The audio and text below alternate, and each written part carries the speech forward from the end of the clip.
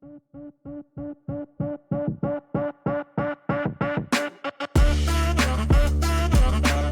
there, welcome back to Dad's Hacks. Today's project is a little bit of a mess cleanup in the front of my place. Let's see if I can't jam bush hog up into a little thicket and clear it out a little bit. I'll show you what I got going on. Alright, here is the mess.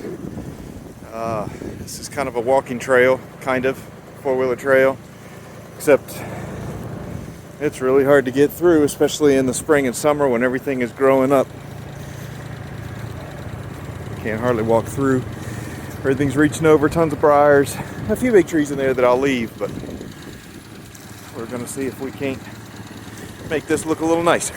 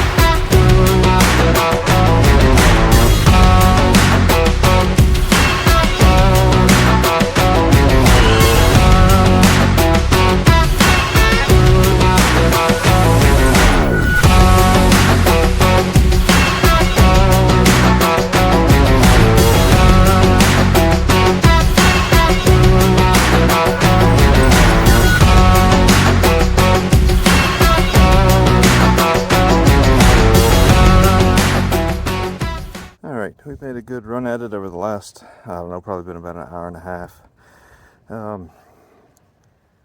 But my helper had to leave, and so I'm going to take the brush hog off and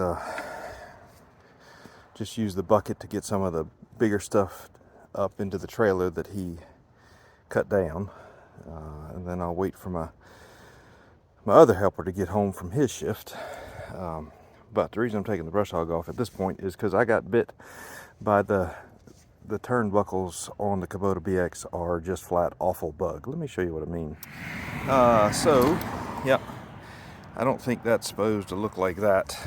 And I believe, memory serves, it's kind of supposed to be, you know, right up in there.